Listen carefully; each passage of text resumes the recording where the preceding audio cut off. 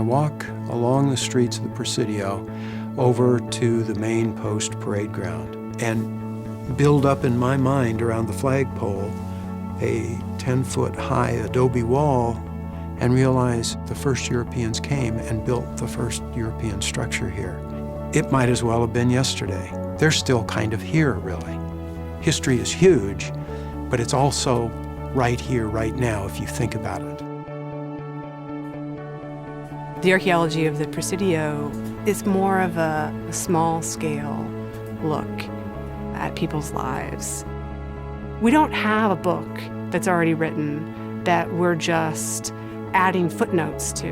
That's one of the most powerful things that we can do with members of the public, is let them know that this history is still being written. It's open.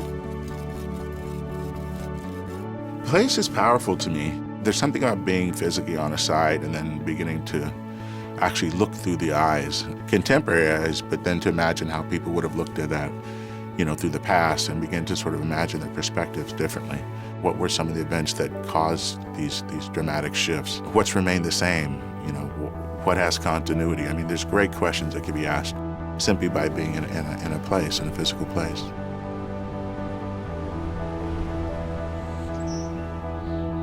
There's this place overlooking Tennessee Hollow. My great-great-grandfather, he was a soldier from Tennessee, and so he lived there for a while. It's kind of cool to see, my ancestor lived there, and, he might have stood where I stood and felt what I felt. Oh, I don't know what he felt, but, he just saw this new place, and I don't know if it meant something for him, but it did for me. Those spaces in my school are very special. They're the rooms where the executive order to move Japanese people during World War II into camps, that was where that order was signed. And so that room symbolizes a lot of the struggles, a lot of the perseverance of Asian Americans. I think that is a place that resonates for me. There's no glossing over or trying to whitewash the stories of the things that have happened in this country and the role that the Presidio as a location, may have played in that. It's important for us all to be able to accept that. That's the only way you ever learn. It's a living history. It keeps moving, and part of the way that you make it come alive, and we're learning as we go here, is to make the connections and invite communities to come in and help you tell the history.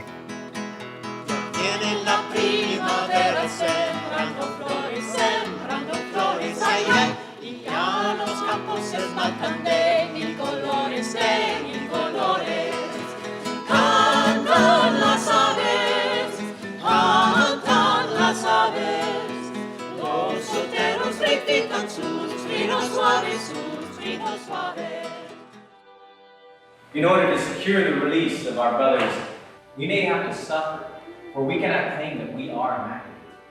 As a Filipino American, I was always in search of that cultural identity. I grew up in the 70s and the 80s, and in our history books, there wasn't a lot mentioned about Filipino Americans. And I think when you find that your community, that your group actually has a history here that contributed to the building of this country, it's very important to realize that you have a stake here. First big event I did at the Presidio was in, I believe, the year 2000. It was the first time they actually recognized the Spanish-Mexican military on Memorial Day. And it was a very moving thing for me, speaking about the many footprints that have been here. Through storytelling and through our songs, through our dances, we're able to show that we're still here and vibrant in this part of the world. When I first started learning our songs, I was so shy to sing them out loud. But over time, the songs became a part of me. And when I sing them now, it's like they come from here out. It's all about connections, and it's all about belonging here.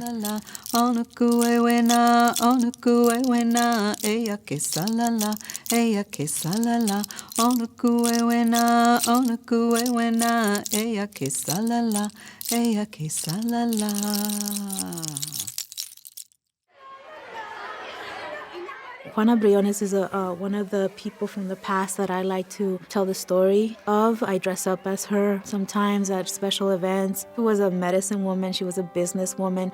This single mom, but still strong and raising her family. And I tell that story because my mom was a single mom, and my mom's name is Juana. So when I found this story of Juana Briones, that's a story that's very similar to a lot of people today as well. Out here, I use El Polín as my classroom. I use Yarrow and the oak tree as my teaching aids. It's great for me when I'm working with school groups, particularly in middle school or elementary school, and to point out some of these plants that were so important to early settlers and Native Americans and kind of put in perspective, people who lived here originally, did they get to go to Walgreens or Whole Foods, And no, this was their Walgreens, this was their medicine right here. This is part of our history as San Franciscans and Californians. Hi everyone, welcome. I meet a lot of people here that, ask, so is the military still here? Or they just don't even know what it is. They come in and say, so what is this place? They know it's a unique place because nowhere else in San Francisco looks like this. It's really important to get people aware that this is an accessible place, that they can come in. It's a national park.